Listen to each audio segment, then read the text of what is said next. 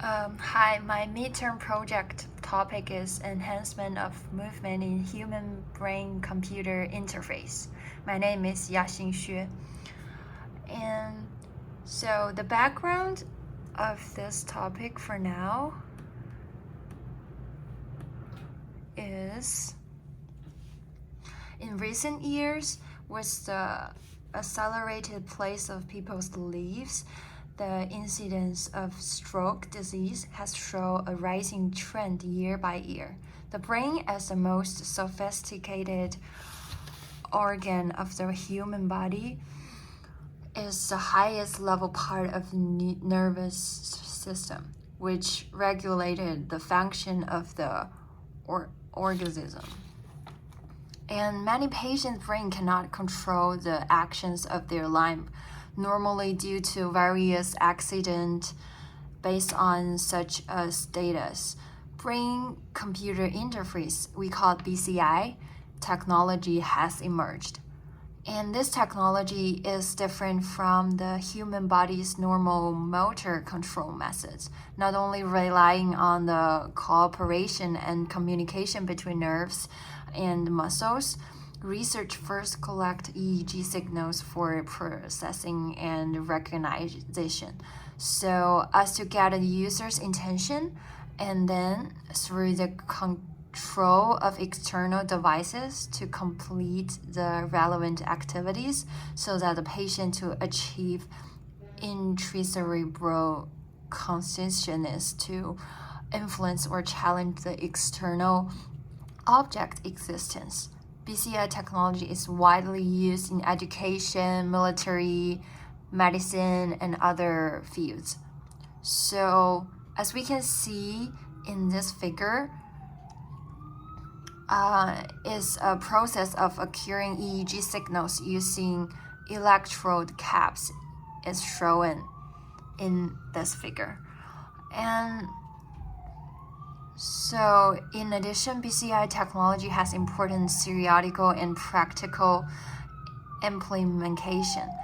In theory, it depends from interdisciplinary support in areas such as signal processing, pattern recognition, computer science, and other topics. And also, it enable individuals to remotely control smart home appliances or monitor a driver's mental state to sound an alert if they show sign of like if you drive too much or if you suddenly have some disease, mental disease or physical disease. And this table here, oh, sorry.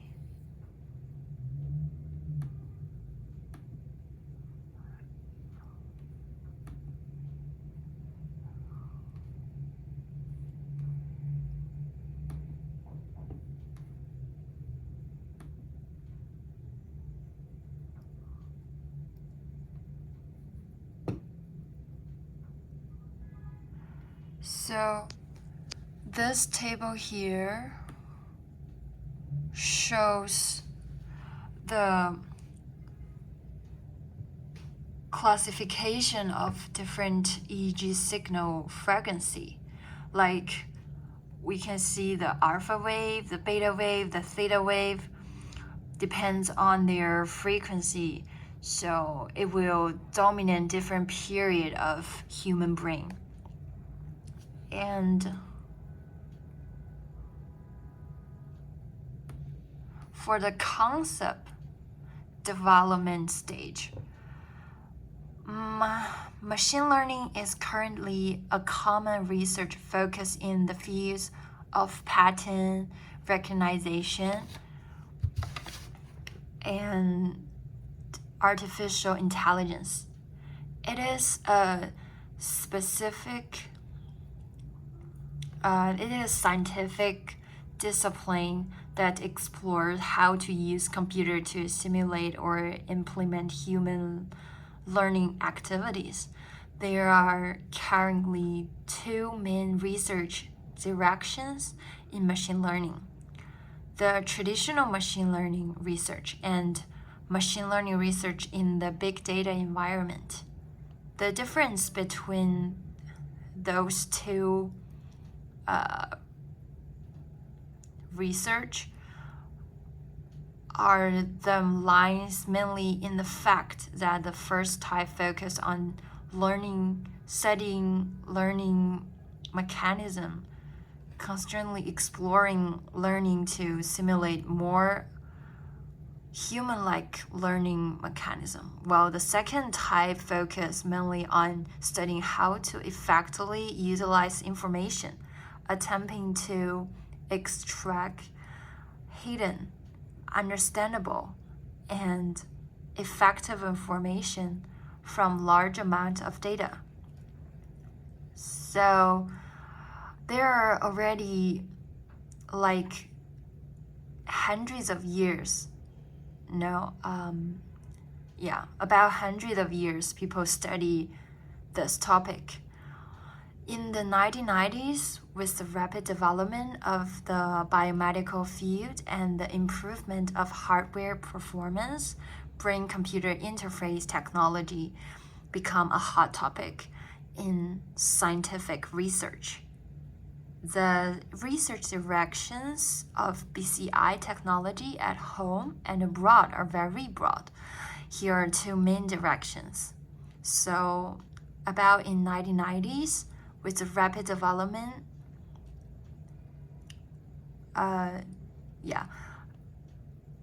so the two main direction are brain evoked potential P300.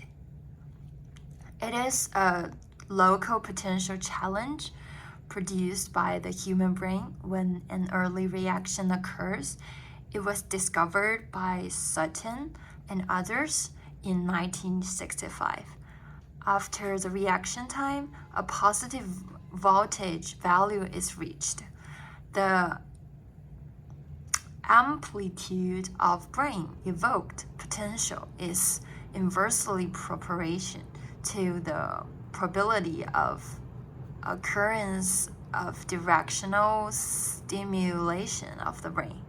The first brain-computer interface system design using evoked potential was born in 1988 with the verify of the University of Illinois, and Dongqing used brain-evoked potentials as control signals in brain-computer interface technology and designed a virtual typewriter to enable paralyzed patient to communicate with the outside world by spelling words. It's like you can use the EEG signal capture from the brain of the patient and then use those signals to train the real model, and the output will be the things he's thinking in his mind. And feature extraction of EEG signal is based on brainwave signal to determine feature parameters and use this parameter as vector to represent signal features. The feature vectors mainly include time domain signals and frequency domain signals. So the method of feature extraction can also be divided into two major categories accordingly. Common frequency domain analysis methods mainly include power spectral density algorithms. So once use the power spectral density algorithm, like PSD, to extract feature from EEG signal. Common time domain analysis method includes surface Laplace transform, fast Fourier transform, adaptive regression, and wavelet transform, etc. So for example, in 2005, Guler and Ubali, I don't know if their name is pronounced like this, proposed a system model based on adaptive neurofusion interface system called ANFIS, ANFIS, which utilized wavelet transform for feature extraction. Over the past few decades, research on the classification of EEG signals have been a hot topic in the fields of deep learning. Its purpose is to identify and learn the characteristic of the EEG signals of the subject, extract effective information, and then convert them into corresponding control commands. Among them, research on the classification of EEG signals based on motor imagery signals is the most popular, and many methods applied machine learning to the classification of EEG signal have been proposed. And in 1990s, V.N. Vapnik and others proposed the support vector machine classifier, which has been widely applied in many fields after a series of development and derivations, and has great advantages in handling small samples and nonlinear high-dimensional pattern recognition. And also in 2014, I don't know, maybe it's Sagna Nansani and Sandhi used support vector machine like SVM as the classifier and used the grade level co-occurrence matrix method to extract the basic features of EEG signals. And also come to the last part, the challenges. So I think brain-machine interface technology has many advantages and convenience of the above, which is enough to subvert the status quo of society.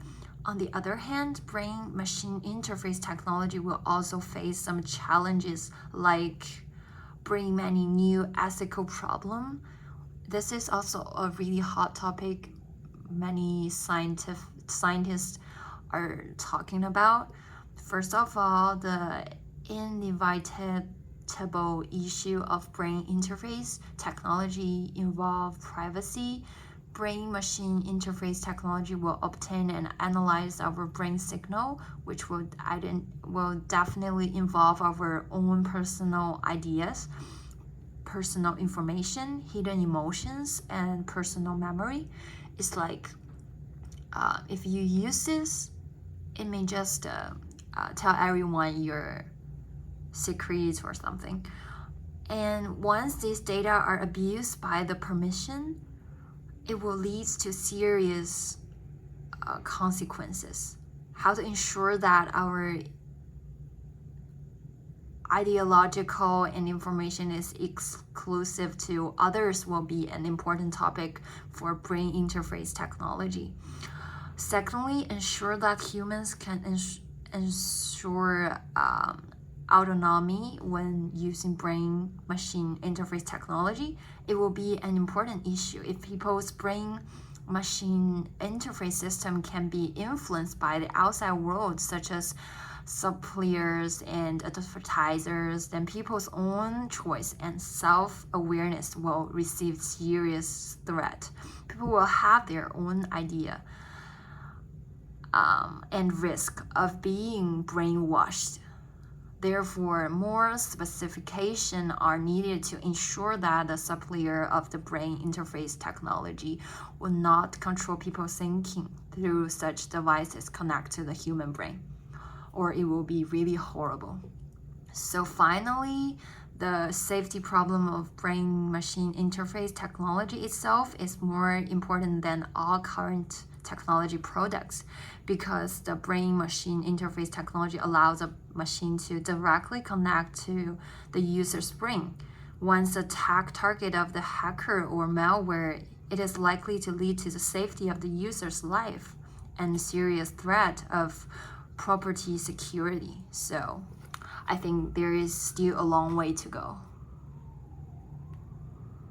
Thank you for listening. This is my thoughts of this topic.